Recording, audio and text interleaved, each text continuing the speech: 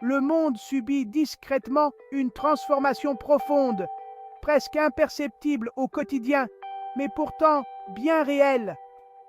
Pendant des siècles, les pays occidentaux ont dicté les règles du commerce, de la finance et de la politique, façonnant l'ordre mondial à leur image. Mais aujourd'hui, des nations d'Afrique, d'Asie et d'Amérique latine, le Sud global, émergent et exigent une vraie voix sur la scène internationale. Ce n'est pas un ajustement mineur, c'est un rééquilibrage fondamental du pouvoir mondial qui redéfinit les rapports de force. Les données économiques montrent l'Inde et le Brésil comme de nouvelles puissances, tandis que les nations africaines forgent des alliances au-delà de l'Occident traditionnel. On parle de s'éloigner du dollar américain comme monnaie principale du monde, envisageant de nouvelles alternatives monétaires. Ces changements sont tous liés, signalant la fin d'une ère et la naissance d'un monde plus complexe et multipolaire où chaque voix compte davantage. Imaginez la scène mondiale. Pendant des générations, l'Europe et l'Amérique du Nord ont écrit le scénario, imposant leur vision. Maintenant, de nouveaux acteurs du Sud global veulent le coécrire, apportant leurs propres histoires, ambitions et visions uniques.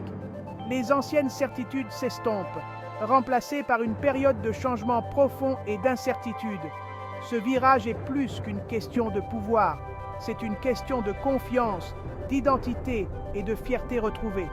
Les pays autrefois contraints de suivre les modèles occidentaux définissent maintenant leur propre chemin, selon leurs besoins. Ils mélangent tradition et ambition, créant de nouveaux modèles pour la société et l'économie de demain. C'est une affirmation silencieuse d'indépendance. Il n'y a pas qu'une seule façon d'être moderne ou de réussir dans ce monde.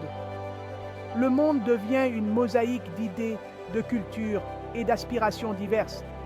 Ce changement silencieux transforme le monde sous nos yeux, chaque jour un peu plus. L'avenir est désormais négocié par un groupe de nations beaucoup plus large et varié qu'auparavant.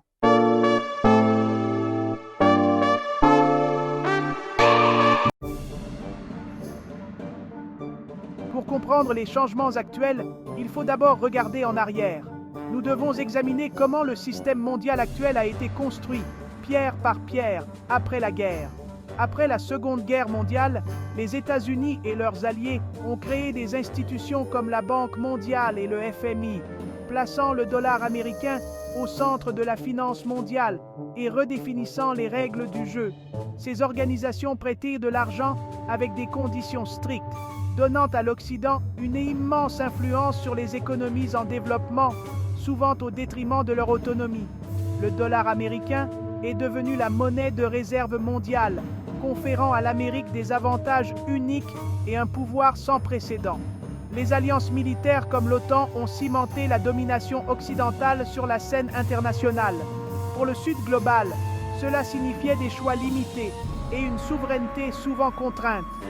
L'essor du Sud global est une réaction directe à des décennies de domination occidentale et d'inégalités persistantes. Beaucoup estiment que le système post-1945 n'a pas été conçu pour eux, ni pour leurs intérêts. La poussée actuelle pour un nouvel ordre mondial est une question d'équité, de souveraineté et d'une place réelle à la table. C'est une tentative de construire un système plus inclusif et équitable pour le XXIe siècle. L'essor des BRICS est un signe clair de changement mondial. Ce qui a commencé comme un acronyme Brésil, Russie, Inde, Chine est devenu une coalition puissante, incluant maintenant l'Afrique du Sud, l'Arabie saoudite, l'Iran, les Émirats arabes unis, l'Égypte et l'Éthiopie. Les BRICS représentent désormais près de la moitié de la population mondiale et rivalisent avec le G7 en termes de poids économique. Ils construisent leurs propres institutions, comme la nouvelle Banque de développement, offrant des alternatives au modèle dirigé par l'Occident. Ce qui les unit, c'est la frustration face à un système où leurs voix ne sont pas entendues. Malgré leurs différences, les membres des BRICS se concentrent sur la refonte de l'ordre mondial. Le Sud global ne demande pas seulement le changement, il construit les alliances pour le concrétiser. Cette révolution silencieuse remodèle le monde. Pendant des décennies, La France a maintenu une profonde influence dans ses anciennes colonies africaines à travers la France-Afrique. Mais ce système s'effondre alors qu'une nouvelle génération exige une véritable indépendance. À travers le Sahel, les troupes françaises ont été priées de partir, reflétant un désir généralisé d'autodétermination. Les nations africaines se tournent vers de nouveaux partenaires et des alliances régionales, cherchant des solutions selon leurs propres termes. Elles commercent davantage entre elles et avec des pays comme la Chine, l'Inde et le Brésil. L'Afrique est maintenant un bloc confiant, tirant parti de sa jeunesse et de ses ressources pour revendiquer sa place dans le monde. La fin de la France-Afrique n'est qu'un signe du réveil plus large de l'Afrique. L'Amérique latine, autrefois considérée comme la chasse gardée des États-Unis, trace une nouvelle voie. Les pays diversifient leurs partenariats, notamment avec la Chine, qui est désormais le premier partenaire commercial de nombreux d'entre eux. Les investissements chinois dans les infrastructures et la technologie donnent plus d'autonomie à l'Amérique latine. Des dirigeants régionaux, comme Lula du Brésil, poussent à la multipolarité et explorent des alternatives au dollar américain. Des organisations comme la CELAC renforcent la coopération régionale sans l'implication des États-Unis. La relation avec les États-Unis passe de la domination à l'équilibre. Les nations latino-américaines tirent parti de la concurrence mondiale pour maximiser leurs propres intérêts. Elles ne sont plus des partenaires juniors, mais des acteurs souverains dans un monde multipolaire. C'est un rééquilibrage historique pour les Amériques. Les monarchies pétrolières du Golfe, en particulier l'Arabie saoudite et les Émirats arabes unis, ont longtemps été des alliés stratégiques et proches des États-Unis. Aujourd'hui, elles équilibrent habilement leurs liens avec la Chine et la Russie, cherchant davantage d'autonomie et d'influence. Les États-Unis sont désormais perçus comme moins fiables qu'auparavant, incitant les États du Golfe à diversifier activement leurs partenariats sécuritaires et économiques. La Chine a récemment négocié un accord historique entre l'Arabie saoudite et l'Iran, signalant un changement majeur dans la dynamique du pouvoir au Moyen-Orient. Économiquement, la Chine est désormais le premier acheteur de pétrole du Golfe, un partenaire incontournable. Les investissements du Golfe dans la technologie chinoise montent en flèche, illustrant ce rapprochement. En rejoignant les BRICS, l'Arabie saoudite et les Émirats arabes unis embrassent pleinement un monde multipolaire. Leur nouvelle politique étrangère est pragmatique. Pas d'alliés, tout partenaire, une approche flexible. Les États du Golfe sont désormais des acteurs stratégiques majeurs, naviguant dans une nouvelle ère complexe et pleine de défis. Le dollar américain domine la finance mondiale depuis la Seconde Guerre mondiale.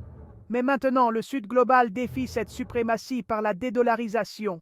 Les pays se méfient des sanctions américaines et de l'instabilité causée par la politique monétaire américaine.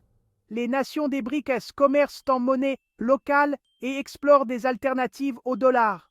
L'objectif n'est pas de remplacer le dollar du jour au lendemain, mais de construire un système parallèle. Le dollar domine toujours, mais sa part diminue lentement. À mesure que le commerce dans d'autres monnaies se développe, le monde évolue vers un système multidevises.